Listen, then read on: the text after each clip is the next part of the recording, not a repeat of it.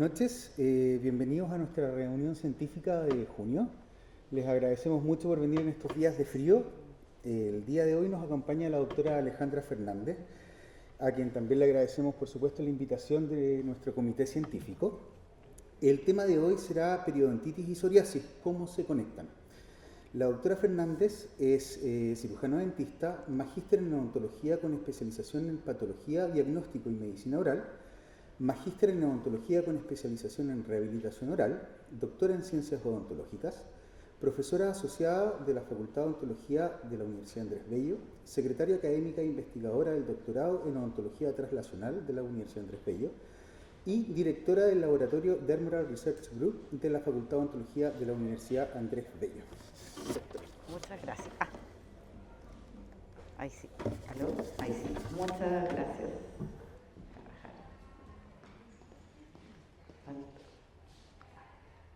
Buenas tardes, ya casi buenas noches. Bueno, les voy a contar un poco.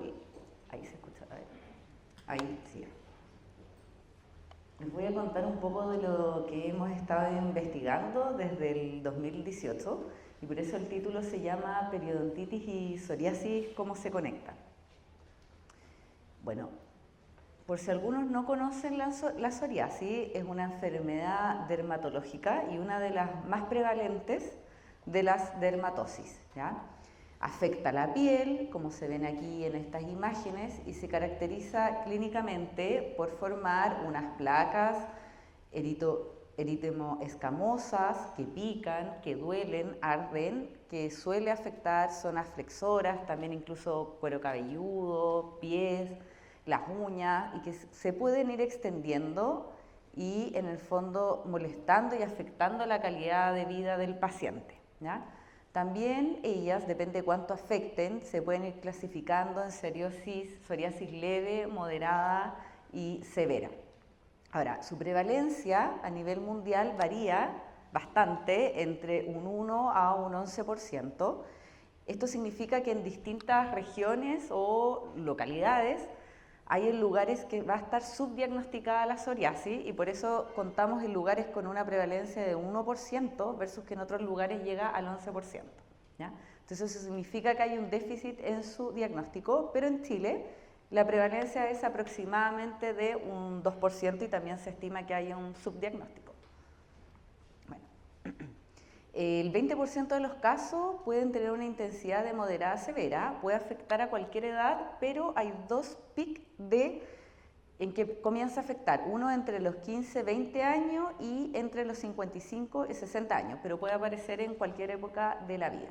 También hay más predilección genética, en el fondo suelen las familias seguir y heredar esta enfermedad y puede haber un gatillante desencadenante que permita que se exprese la psoriasis. Bueno, como dicen, casa herrero, cuchillo palo, yo empecé a estudiar la psoriasis en el 2018 y el 2019, cuando comenzó la pandemia, me gatilló la psoriasis. Así que ahora también me autoestudio. Bueno, ¿cuáles son las complicaciones? Ahora decimos, ya, pero ¿por qué vamos a elegir estudiar psoriasis? ¿Por qué nos importa? Porque la psoriasis es una enfermedad que, además de ser local de la piel, también tiene repercusiones sistémicas, ¿ya? Se asocia a inflamación sistémica y además se asocia a muchas comorbilidades. O sea, la gente que tiene psoriasis tiene probabilidad de tener otras enfermedades. Por ejemplo, tiene un riesgo de vivir 3 años menos, ¿ya? Tiene mayor riesgo de enfermedad cardiovascular. El 20 a 40% puede desarrollar artritis psoriática que afecta a las articulaciones y esto hace que las personas pueden quedar inmóviles, ¿ya? También se asocia a diabetes, hipertensión, síndrome metabólico, enfermedad cardiovascular y adivinen quién se asoció en último momento. Fue la periodontitis, ¿ya? Entonces, ¿cuál es la etiopatogenia de la psoriasis? No está completamente dilucidada, pero de manera breve, ¿y qué es lo que se conoce? Que va a haber un factor gatillante, como les dije, en mi caso fue el estrés, ¿cierto?, de la pandemia. Además se postula que también puede haber algún patógeno, ¿ya? O también, por ejemplo, un trauma que va a hacer que las células dendríticas se activen, secreten esta citoquina y permita, ¿cierto?, la proliferación, por ejemplo, y diferenciación también de los proliferación y supervivencia, perdón, de los TH17, que sería la célula principal que participa en su patogenia, pero también participan las TH1, las TH22, ¿ya? Y estas van a secretar toda esta citoquina y ¿qué van a hacer? Por un lado, son conductores de la inflamación, pero también hacen una proliferación de los queratinocitos y también una destrucción también de ellos, en el fondo, que pueden formar, por ejemplo, fisuras, grietas, ¿ya? Además, también esto va a tener un efecto de angiogénesis, ¿ya? Y además toda esta respuesta puede llegar a ser sistémica. Bueno, y además actúan otras proteínas que son la de las familias de la S100. Entonces, para contarle un poco, en el 2018 ingresé a estudiar el doctorado en ciencias odontológicas. Yo ya trabajaba en la Andrés Bello, entonces existen fondos internos, que es como para que uno pueda empezar a investigar. Y ahí dije el 2018, a ver, ¿qué puedo estudiar? Y la historia fue un poco así, es una historia familiar, que estábamos con mi hermano, él es dermatólogo, y fue como, Jai, ¿cuál es la enfermedad más prevalente de la piel? Psoriasis, y de la boca, periodontitis. Y fuimos a la búsqueda, ¿cierto? PubMed, y ¿qué encontramos? Pocos papers que hablaban de una asociación bidireccional entre la periodontitis y la psoriasis. Bueno, ¿qué había de evidencia hasta el 2018?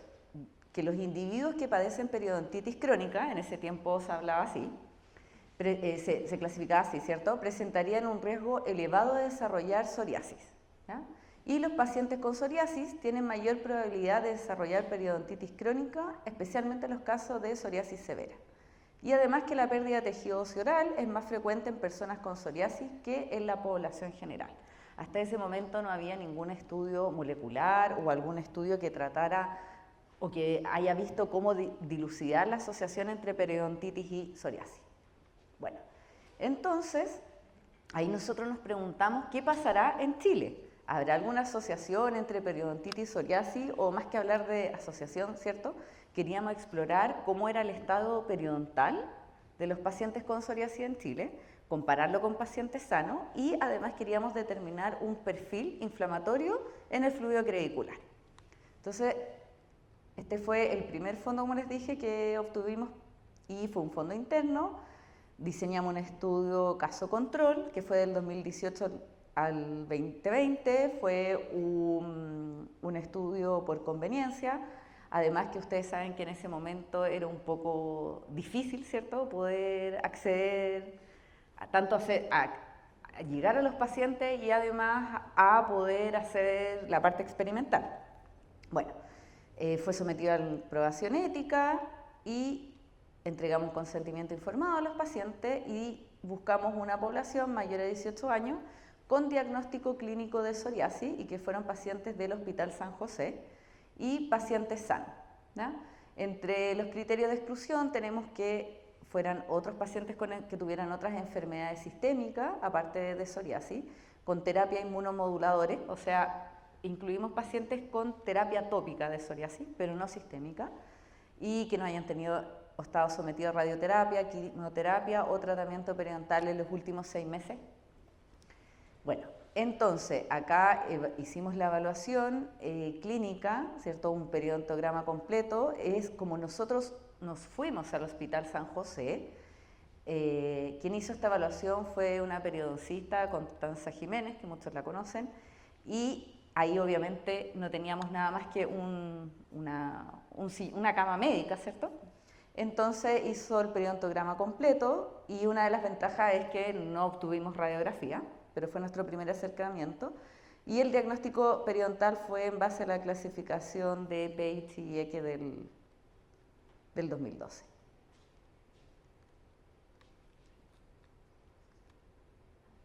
Ahí sí. Bueno, ¿qué alcanzamos a reclutar? 39 pacientes con psoriasis, 40 pacientes sistémicamente sanos. Estos que están acá son los valores y que indican de la severidad de la psoriasis. Un valor de 0 a 1 significa que tiene psoriasis leve y sobre 10 ya que son moderadas severas. como obviamente fuimos a un hospital, la gente que ya llegaba ahí era tenían una severidad bastante más alta. ¿Ya? Y acá tenemos las características clínicas de los pacientes. Podemos ver que el grupo de psoriasis, el promedio fue de 46 años, los sanos de 37, ya que cuesta bastante encontrar gente sana sistémicamente. Estuvo equilibrado en cuanto al género, el número de dientes presentes en boca fue mayor en los sanos, la frecuencia de cepillado también fue mayor en los sanos que en los con psoriasis, el uso de seda dental también fue mayor en los sanos. ¿Ya? La profundidad del sondaje fue aumentada en los de psoriasis, al igual que el NIC, pero no hubo diferencia en los dos grupos en cuanto al sangrado del sondaje. ¿Ya? Y la presencia de periodontitis fue mayor en el grupo de psoriasis, y en cuanto a la severidad también fue mayor en el porcentaje de periodontitis severa. Bueno, ¿y qué encontramos? Que los pacientes que tienen psoriasis tenían una asociación, en otras palabras, una mayor probabilidad de poder desarrollar periodontitis severa. No así con la periodontitis leve moderada, y en el fondo va un poco en línea con la literatura de que generalmente es la periodontitis severa es la que se asocia a estas enfermedades sistémicas. ¿Ya? Entonces, ¿cuál fue lo relevante? Esto lo publicamos en una revista de dermatología, ya que lo relevante en este minuto es decirle al dermatólogo, no solamente se examina la piel, sino que es importante que a su paciente lo derive a, ¿cierto?, periodoncista idealmente, ¿cierto?, o al dentista para que lo pueda derivar al periodoncista. Bueno, y ahí también aprovechamos, como les dije, en ese mismo fondo, evaluar el perfil inflamatorio en el fluido crevicular de estos pacientes. Entonces, lo mismo, grupo con psoriasis, grupo sano, pero aquí subdividimos los grupos en dos. Vimos pacientes con psoriasis que no tenían periodontitis o periodontitis leve. Se preguntarán por qué los agrupamos sin periodontitis y periodontitis leve, porque ya en el grupo anterior vimos que es la severa la que se asocia a la psoriasis, y además que saben que es bastante difícil encontrar pacientes sin periodontitis, ¿ya? Y el otro grupo fue con psoriasis, con periodontitis moderada y severa. Y así todo alcanzamos a reclutar 11 pacientes con psoriasis sin periodontitis o periodontitis leve. Y sistémicamente sano también los dividimos, que no tenían periodontitis leve y periodontitis moderada severa. Entonces acá se ve una imagen de lo que hicimos, hicimos un aislamiento relativo, tomamos una muestra del fluido crevicular con periopaper y luego con multiplex, es decir, pusimos una muestra del fluido crevicular y detectamos estas proteínas, ¿cierto?, proinflamatorias, que son características tanto de la psoriasis como de la periodontitis. Bueno, acá vemos los parámetros clínicos que son similares al anterior, que hubo diferencia, ¿cierto?, en la edad, la profundidad del sondaje, pero ahora comparando los 4 grupos, ¿ya?, en cuanto al cal y al sangrado sondaje y número de dientes. Entonces, este H son los pacientes sanos, estos son los pacientes con periodontitis sin psoriasis, estos son pacientes con psoriasis sin periodontitis y pacientes con psoriasis con periodontitis. Y si se fijan, la profundidad del sondaje obviamente fue, ¿cierto?, mayor en los pacientes con periodontitis con psoriasis versus que no, o si no presentaban psoriasis. Bueno, ¿y qué encontramos? Que los niveles de interleuquina 17, 22, 23, ¿cierto?, que son citoquinas proinflamatorias características tanto en la periodontitis como en la psoriasis, no presentaron diferencia en sus niveles en el fluido crevicular, ¿ya? La S100A7 es una molécula que al principio, cuando la descubrieron, creían que era específica de la psoriasis, y de hecho le pusieron el nombre de psoriasis, pero luego no, y se encuentra en otras enfermedades.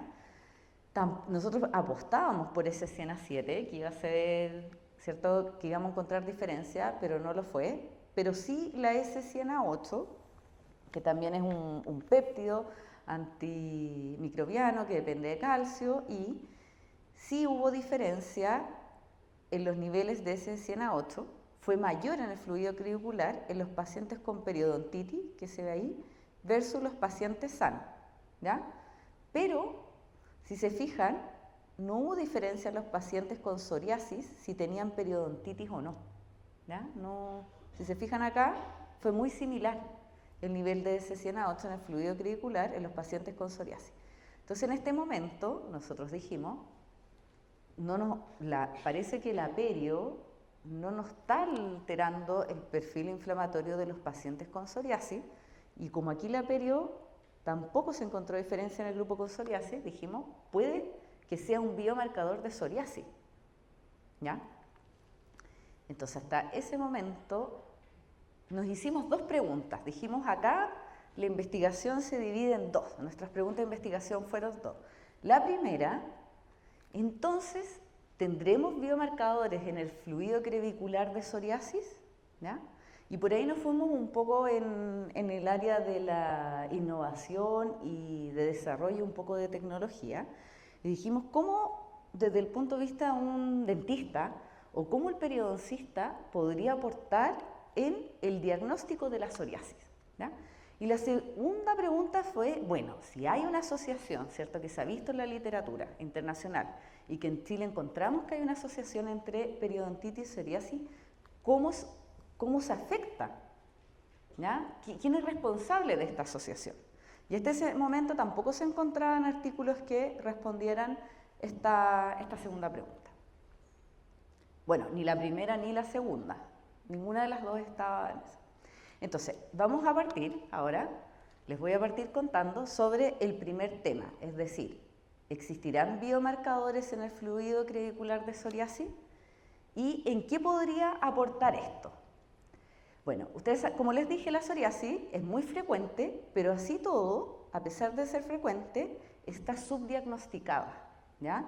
El diagnóstico de la psoriasis puede tardar de 2 a 5 años.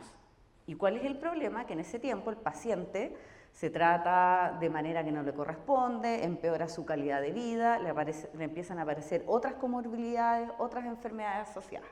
Entonces dijimos, nosotros podemos aportar a su diagnóstico, ¿ya? Pero ¿quiénes son los que confunden el diagnóstico de la psoriasis? No es el dermatólogo, sino que es el médico general. Y el 43% más o menos de los pacientes aproximadamente va a ser evaluado por un médico general, ¿ya? No por un dermatólogo. Y imagínense los lugares que no hay acceso. Y acá se dice el 20% aproximadamente es subdiagnosticado.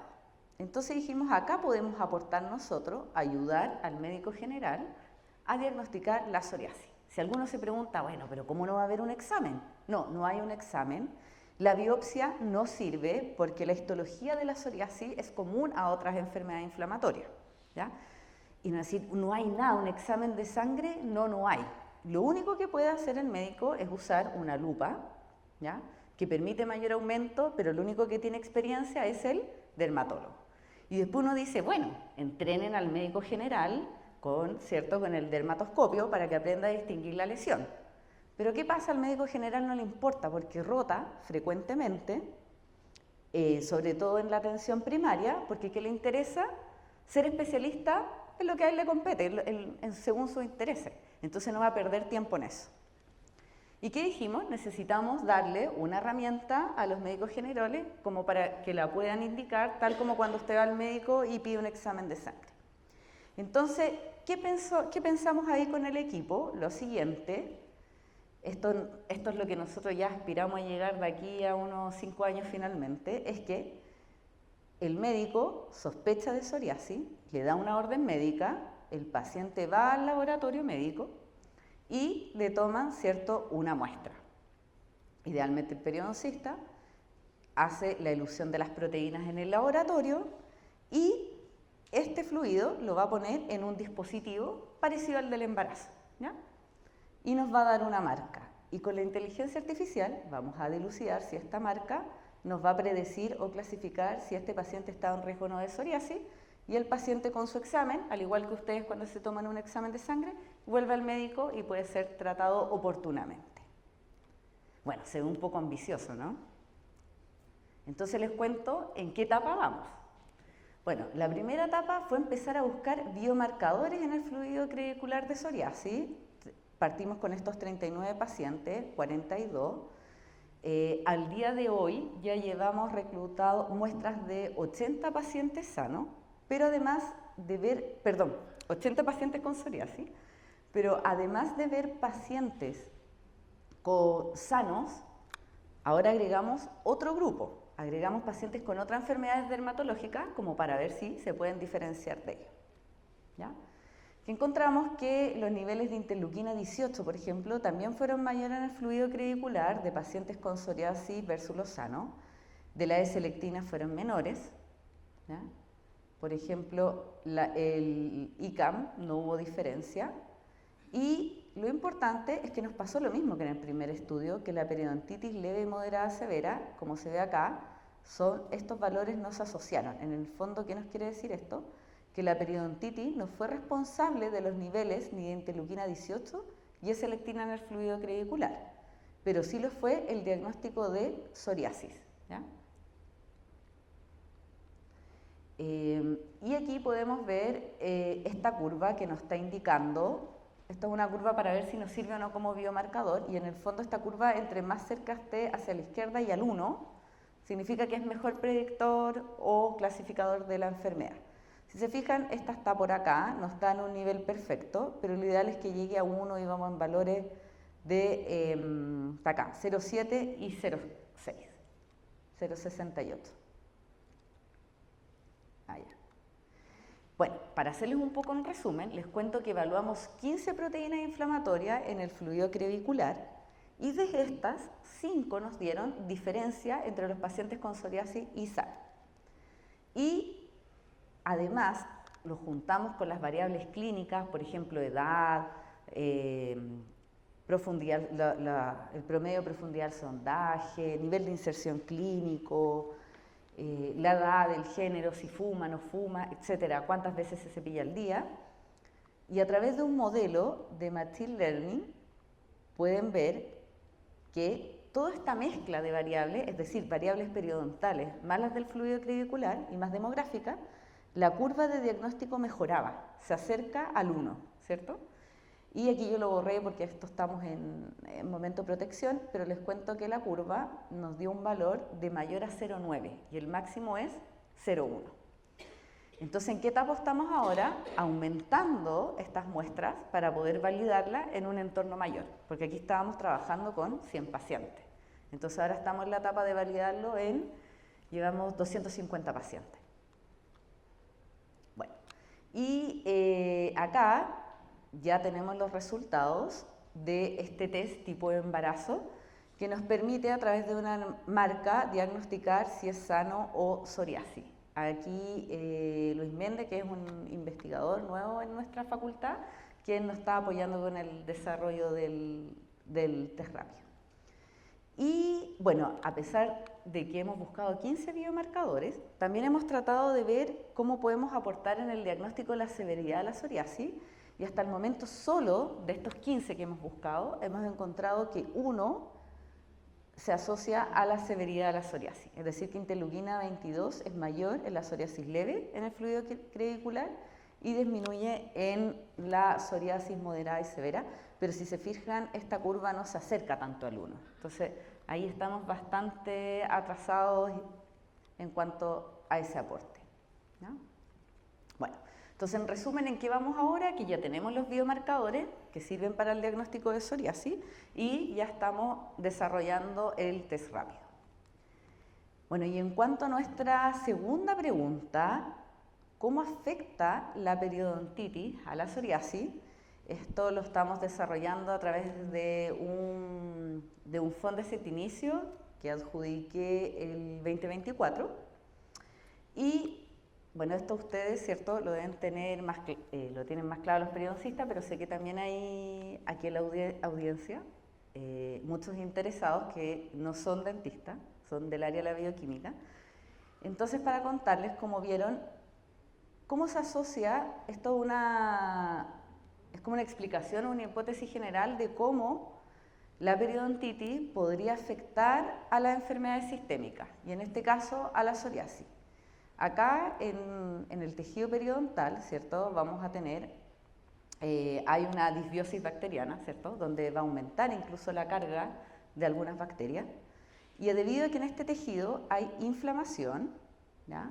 Va a haber un aumento de la permeabilidad vascular y eso podría permitir la translocación de bacterias y o sus productos, ¿cierto?, a la circulación sistémica. Y también podría ser de las citoquinas proinflamatorias que también están en este sitio local de la periodontitis, ¿ya? Luego, ¿qué se espera? Es que estas bacterias o productos bacterianos, partes de las bacterias como por ejemplo el LPS o a veces el ADN bacteriano o que puedan llegar a estos tejidos, o hay dos opciones, una que se encuentren con las células inmunes acá y permitan la activación de cascadas inflamatorias, o la otra que se vayan directamente a distintos tejidos, ¿ya?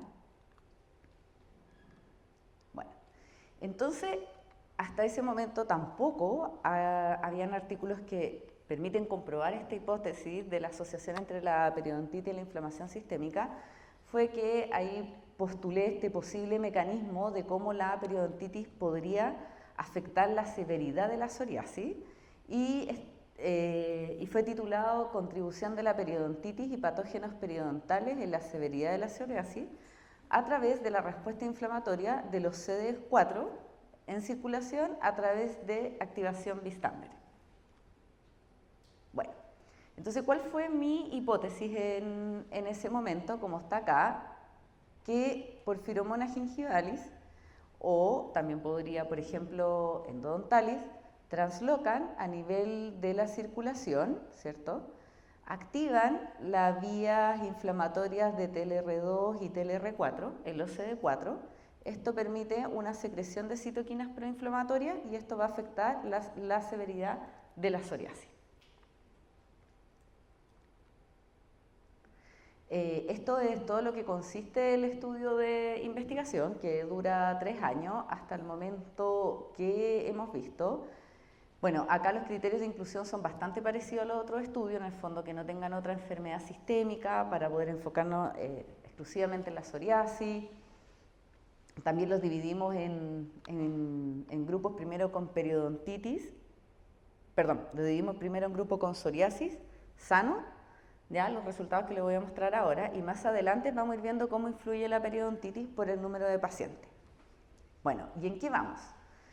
El primer año alcanzamos a reclutar 20 pacientes sanos y 20 pacientes con psoriasis. La edad fue mayor en los pacientes con psoriasis, no hubo diferencia en el género, tampoco al fumar, pero la profundidad del sondaje fue mayor en el grupo psoriasis versus los sanos, y el NIC también, ¿ya? Los otros niveles, si se fijan, el sangrado, el sondaje no hubo diferencia, y ahora, ya si se fijan como esto comenzó el 2024, ya estamos utilizando la nueva clasificación de periodoncia, y como ahora este es un fondo ya más grande y estamos en la universidad, estamos tomando las radiografías, ¿ya? A diferencia de cuando partimos.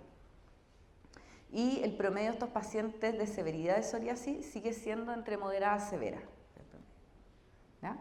Entonces, como antecedente, ¿qué tenemos? Que se ha visto que en pacientes con artritis psoriática, que es esta consecuencia, podríamos decir, de la psoriasis, pero no es lo mismo que la psoriasis, se encontró ADN de Porphyromonas gingivalis, endodontalis y otras bacterias orales en la sangre y en el líquido sinovial, ¿ya? Entonces, y también se han encontrado, por ejemplo, anticuerpos contra Porphyromonas gingivalis en pacientes con artritis reumatoide, que no es lo mismo, pero podemos decir, bueno, si pasó en ello, ¿qué estará pasando en la psoriasis? Entonces, hasta el momento, en este mismo N de paciente 2020, encontramos, anticuerpo contra el EPS Porphyromonas gingivalis en el fluido crevicular y en el suero. Si se fijan, no hay una diferencia estadística, pero parece haber una tendencia en aumento. Ahora, aquí el N tenemos que aumentarlo, entonces por esto son resultados preliminares y puede, a lo mejor con un mayor N, que esta diferencia se haga significativa. Después vimos anticuerpos contra Porphyromonas gingivalis, IgA, en el fluido crevicular y en el suero, que aquí en el suero probablemente no vamos a encontrar diferencia, pero si se fijan al nivel del fluido crevicular sí hay una tendencia a aumentar. Y luego también anticuerpos contra porfiromonas gingivalis, pero IgG, ¿ya? Y aquí hay una leve tendencia en psoriasis. Pero ¿qué es lo interesante de esto? No tanto que tengamos o no diferencias, sino que se detectaron anticuerpos contra porfiromonas gingivalis en el suero de paciente con psoriasis. Ya. Y también para darle un antecedente, la porfiromona gingivalis, ¿cierto?, que es tan conocida, tiene factores de virulencia y entre ellos encontramos una enzima que es la PPAD, ¿ya? Y esta enzima tiene una actividad en la periodontitis que hace que las proteínas, ya en su estado, ¿cierto?, terciario, hacen una citrulinación de la arginina. Entonces, en el fondo, esto le da como una carga, le quita las cargas y es como un mecanismo de defensa para porfiromonas gingivalis mantenerse en un lugar. Pero como consecuencia hace, ¿cierto?, que se activen las células inflamatorias como macrófagos, células T y secreten más citoquina. Entonces, quisimos ver, tanto a nivel del fluido crevicular como en el suero, cómo era la actividad de esta enzima, ¿ya? Interesantemente encontramos que la actividad de la enzima porfiromonas gingivalis fue mayor en los pacientes con psoriasis y sanos. Entonces, a lo mejor la importancia no es la translocación, ¿cierto?, o estos anticuerpos o el LPS, sino que va a ser la actividad de la enzima de la porfiromona. Y además vimos esta actividad, cómo era según la severidad de la psoriasis, y también la actividad de esta enzima fue mayor en psoriasis moderada severo versus la leve en el suero y no en el fluido crevicular. Y ¿qué es lo que vimos? Hacer una correlación que la actividad de la enzima porfiromonas gingivalis se asociaba a la severidad, que está acá, a la severidad de la psoriasis, ¿ya? Entonces, a lo mejor es quien podría estar involucrado, ¿no? Bueno, y en los otros antecedentes, ¿qué sabemos? Que el LPS de porfiromonas gingivalis y endodontalis es capaz de activar a las células inflamatorias a través de unos receptores que se llaman TLR2 y 4, y estos receptores se pueden encontrar en los CD4, que son característicos de la psoriasis, ¿ya? Y hay una nueva forma de activación inmunológica que se llama bystander activation, que en el fondo los linfocitos se podrían activar de manera directa con las bacterias sin una presentación antigénica, ¿ya? Entonces, eso es lo entretenido, de que podría haber una translocación bacteriana, ¿cierto?, por la periodontitis, y que esté circulando ya sea los factores de virulencia de la bacteria y sean capaces de activar directamente a los linfocitos de manera rápida, sin presentación antigénica, y que secreten citoquinas de manera rápida, y esto vaya a afectar la severidad de la psoriasis, ¿ya? Esto se ha visto en otras enfermedades, no en la psoriasis. De hecho, también se está estudiando este posible mecanismo para la periodontitis. Y ¿qué encontramos acá? Primero partimos viendo la expresión de estos receptores que activan la inflamación en psoriasis y sano, pero son CD4 que aislamos de la circulación sistémica. Y encontramos que TLR4 y TLR2, ¿cierto?, se expresan mayor en psoriasis versus los sanos, pero TLR9 no. TLR9 se activa con el ADN de las bacterias, ¿ya? Por lo tanto, aquí podría que el ADN no esté influyendo, pero TLR2 y TLR4 se pueden activar con esta enzima, sobre todo, se puede activar, TLR2 con esta enzima que a nosotros nos salió positiva de porfiromonas gingivalis. También se podría activar con el LPS porfiromonas gingivalis, ¿ya? Ahora, esto también son resultados preliminares, pero aquí ya el N es mayor, y como estamos en esta etapa, todavía no hemos evaluado, hasta que tengamos el N final, si la periodontitis es capaz de influir o no en la severidad de la psoriasis, pero sí, a través de estos mecanismos, pero sí ya estamos en la mitad del proyecto, viendo que probablemente va a ser la actividad de la enzima, ¿cierto?, o el LPS. Bueno, aquí les presento al equipo. Trabajamos con un equipo multidisciplinario, con 2 dermatólogos, con la doctora Constanza Jiménez, que es la periodoncista del grupo. Ya les presenté a Luis, quien hace el dispositivo. Acá está Martín. Él es quien hace los experimentos en el segundo estudio, en el Fondesit, quien apoya, quien ha hecho todos los experimentos finales. Acá vemos tesistas, y que Ariel ahora está en el doctorado, Camila también, y así vamos examinando pacientes en camillas como se ve médica, y Camila lleva su unidad dental portátil, que en el 2018 no existía, pero ahora ya la tenemos, y así podemos ir reclutando e ir a distintos lugares a examinar también pacientes con psoriasis. Así que muchas gracias. Gracias por la invitación de poder mostrarles lo que estamos aportando a la ciencia. Muchas gracias. Muchas gracias, doctora, por esta interesante conferencia. Ofrecemos preguntas al público.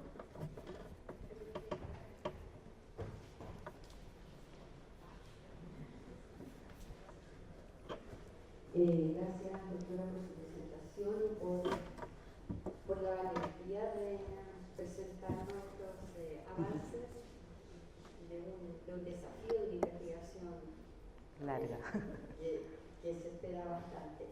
Respecto de los pacientes que reclutaron, hombres, mujeres, la edad de las mujeres era una edad en que estaban con uso de hormonas anticonceptivas, o eran mujeres que podían estar en una etapa premenopáusica, que en una condición así podrían estar influyendo en estos procesos inflamatorios sistémicos. Hasta el momento hay de todo, de distintas edades, grupos, entonces la idea es como al final ya del estudio poder ver estas diferencias como por grupo de edad, porque sí se ha visto igual que, por ejemplo, la respuesta de la actividad de la bacteria varía también según los grupos de edad. Entonces, eso lo estamos en el fondo anotando en la ficha, pero como para la análisis los vamos a hacer al final, porque ahora, claro, como llevamos 20 pacientes, en el fondo todavía es muy poco como para poder separarlo, lo estamos viendo grupal, pero sí en otro estudio se ha visto que sí varía la actividad o la respuesta según los grupos de edad. Lo otro, en los pacientes que seleccionaron con psoriasis independiente de la severidad, en la historia de ellos, todos tenían un debut por primera vez, o ellos habían tenido cuadros de remisión de la psoriasis. Ya, eran todos pacientes, como fuimos a un hospital, eran todos pacientes que estaban consultando por primera vez, que estaban en lista de espera. Entonces, en el fondo, no habían sido tratados antes. Por eso pudimos acceder a pacientes que no habían estado tratados. Entonces, independiente de eso, ninguno relató que alguna vez... No, todos estaban... No. Es que eran casi todos muy severos. Porque ya para derivarlos, en el fondo, al dermatólogo en un hospital es porque ya había pasado mucho tiempo y ya el médico general tampoco lo podía manejar. Y el grupo de los hombres, tanto sanos o comprometidos, ¿qué edad tenían? Porque también podría ser en la edad de algunos mayores que tienen una preandropausia o andropausia, el sistema hormonal también podría estar influyendo en estos mediadores proinflamatorios. Como la enfermedad tiene 2 picos en esa edad, pero también tenemos pacientes sanos. O sea, perdón, pacientes jóvenes. Entonces hay como un pic entre 30 y después como un pic 40-50. Pero no hemos tenido pacientes como mayores de 60, por ejemplo. Son como 30, 40, 50. Y cuando tomaron la decisión de cambiar a la clasificación del 2017, ¿hubo una gran variación, o sea, hubo una diferencia cuando ustedes tenían el grupo con la clasificación antigua con la del 2017? Es que son pacientes distintos. Como la primera clasificación ya no siguió el segundo estudio. Pero lo que sí hemos hecho, que en los nuevos pacientes comparamos la clasificación, la nueva, la del PAGE 2012 y la de 2007. Pero no nos ha dado diferencia. No sé si todavía es por el N, pero hasta el momento no ha variado. Bueno, la felicito y espero que esto avance y pueda tener unos buenos resultados para que Sí. podamos tener una relación y poder mejorar a los pacientes, y por lo menos hay una conciencia, Sí. que tanto en la lista de espera de pacientes con psoriasis subdiagnosticados, no diagnosticados o no tratados puedan ser tratados y se les relacione con la condición periodontal. Muchas gracias. Muchas gracias a usted por sus preguntas y la invitación. Allá atrás. Allá atrás. La galería. Allá. Bueno, doctora, muchas gracias por la charla. Estuvo muy interesante y el estudio de verdad estuvo muy bueno. Mi pregunta, doctora, es si nosotros sabemos que periodontitis y implantitis comparten un perfil inflamatorio similar, sobre todo en la expresión de interleuquina 17.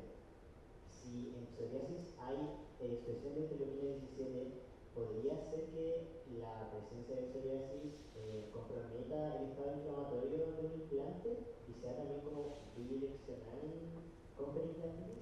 Podría ser, pero mira, nosotros hemos estudiado otras enfermedades también asociándolas con perio, por ejemplo, dermatitis atópica, y lo que hemos visto que pasa ahí, eso sí con periodontitis, es que la dermatitis, por ejemplo, puede disminuir los niveles inflamatorios de cierta citoquina en el fluido crevicular, pero si el paciente tiene periodontitis, la periodontitis aumenta los niveles, pero entre ellas no se cruzan, no hay una mediación, las dos actúan por separadas. Entonces ahora si tú me dices en el implante, podría ser que también obviamente el tener alguna enfermedad dermatológica, psoriasis, dermatitis, afecte la perimplantitis, puede ser, pero también puede ser que pase que actúen las dos enfermedades por separado o que actúen juntas. Pero por lo menos hasta el momento lo que hemos encontrado es que la dermatitis y la psoriasis, cuando afectan los niveles de citoquina en el fluido crevicular, afectan, por ejemplo, de manera separada, no en conjunto. Y tampoco que una disminuya a la otra. Entonces podría ser que sea lo mismo, a lo mejor que se potencien o también que sea aparte. Gracias. Vamos a evaluar si hay pacientes con perimplantitis.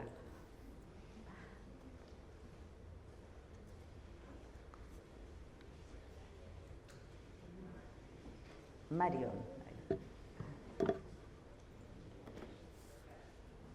Gracias por la presentación. Está súper interesante tu trabajo.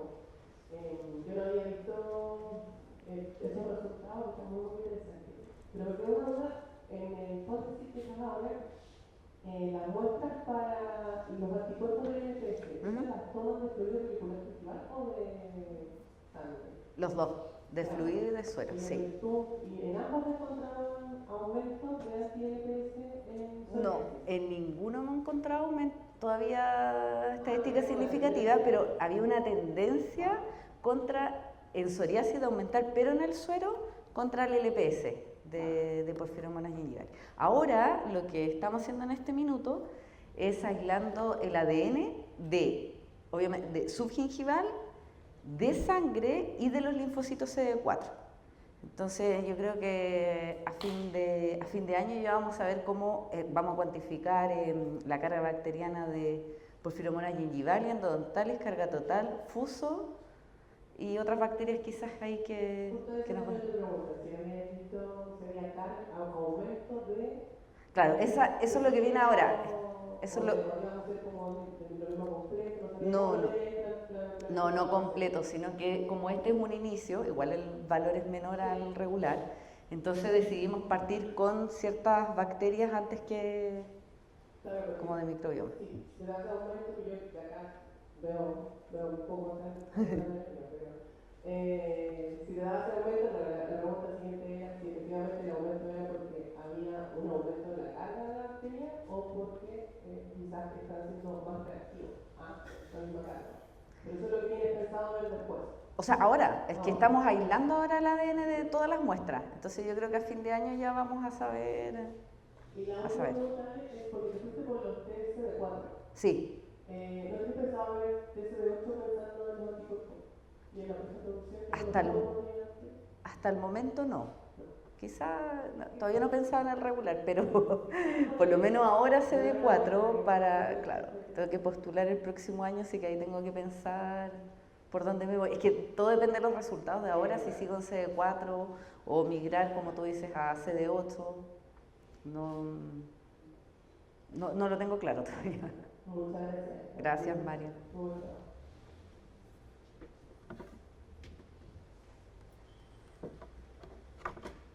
Dylan, ¿alguna pregunta? ¿No? ¿Seguro?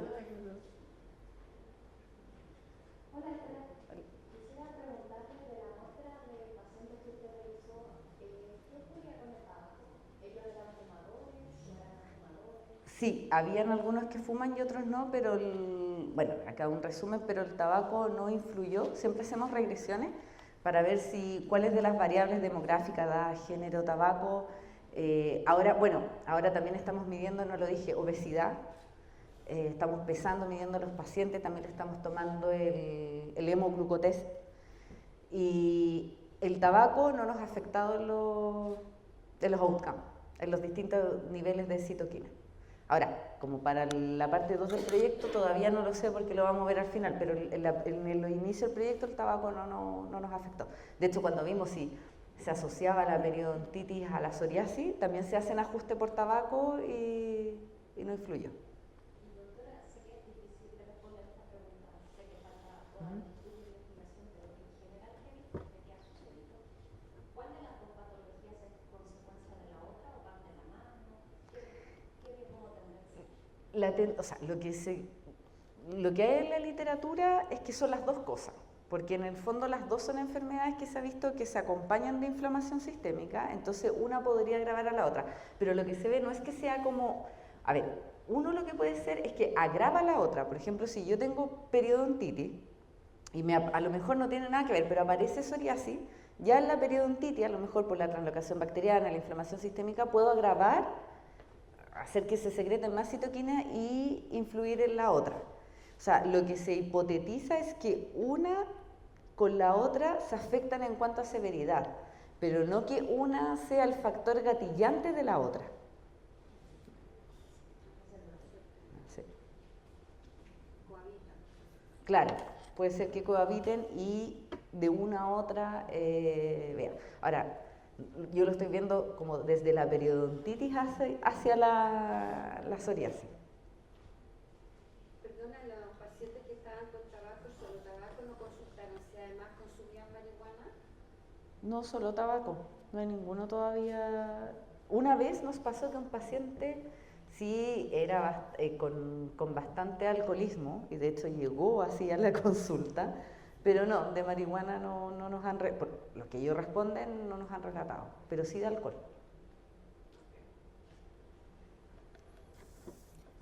Bueno, si no hay más preguntas, muchas gracias, doctora. Gracias. Ahora la doctora Georgiudis, integrante de nuestro directorio, te va a hacer entrega de un agradecimiento por tu presentación. Muchas gracias.